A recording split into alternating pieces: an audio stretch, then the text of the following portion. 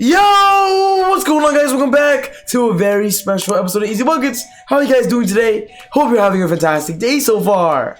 In this video, I got something that I guarantee you guys are going to love, especially if you're a big Lakers fan. We're going to be talking about something very popular right now, talking about the idea of the Lakers getting Spencer Dinwiddie, their new point guard. The Lakers are going to be one of the busiest teams this summer, and getting a starting point guard, a good one, is their top priority. And right now, with Dinwiddie being a very popular target, a lot of Laker fans want to know how it can happen.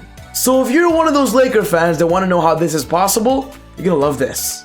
But quickly before I get on with the video, I just want to say, if you're new to the channel and you love basketball, welcome to Easy Buckets. My name is Soom and I make basketball videos every single day. So be sure to hit the subscribe button and turn on post notifications to not miss any of my upcoming videos. If you watched this video and you loved it, be sure to smash that thumbs up button. I would really appreciate it. It would help with the channel a lot. But without wasting any more time, let's talk about the Lakers' new point guard.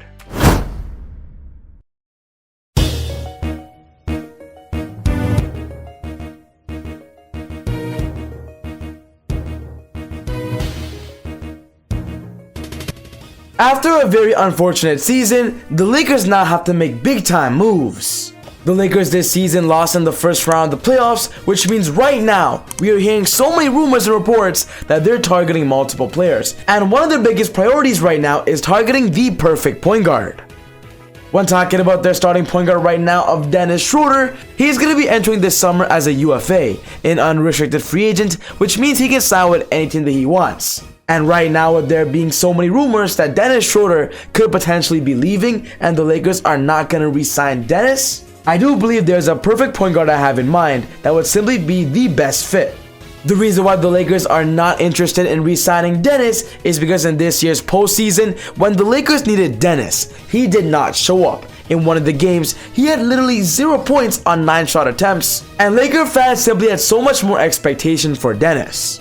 We all know how good Dennis could be, but the fact that he didn't show up and didn't step up, the Lakers have some money to spend this summer, but is it a smart move to sign somebody that has not proven anything yet? That is exactly what is on the Lakers' mind right now. From what it looks like, it's a 50-50. The Lakers could sign Dennis or let him go. But for this video, we're going to be talking about the scenario that the Lakers do not choose to re-sign Dennis and they target somebody else. And you guys know exactly who I'm talking about. I'm talking about Spencer Dinwiddie, UFA, unrestricted free agent that just opted out of his contract with the Brooklyn Nets, the Lakers' rivals.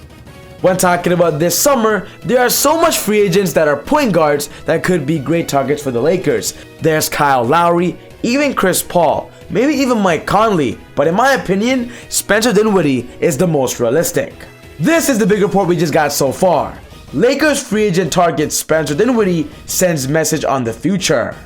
The Lakers have been very vocal on saying they have a lot of interest in Spencer, his size, his mobility at the point guard position, and of course with Dinwiddie right now being in his prime, he could be a bang for the buck. And so many Laker fans right now are already claiming he's better than Dennis Schroeder. He is a top priority. Spencer right now is 28 years old, but the only problem with him is he just came off a partially torn ACL injury. He did not play for the most part of this season, and with him missing a lot of basketball, the question is, can Dinwiddie be his old self? When talking about last season, the 2020 season when Dinwiddie was healthy, he put up monster numbers. He averaged about 20.6 points per game, 3.5 rebounds, 6.8 assists, 0.6 steals, and 0.3 blocks. By looking at these numbers, you can tell Dinwiddie is a potential all-star.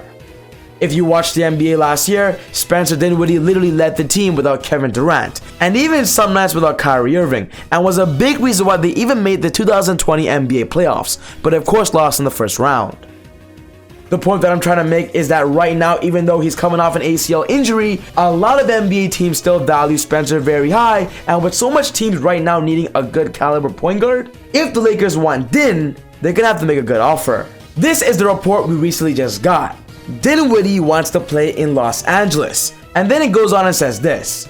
Dinwiddie is from Los Angeles and his preferred destination is his hometown with either the Lakers or Clippers, per Christian Winfield of the New York Daily News. Both teams are cash-strapped due to some big contracts, but they would find a way to make it work via a sign and trade. This was the exact report.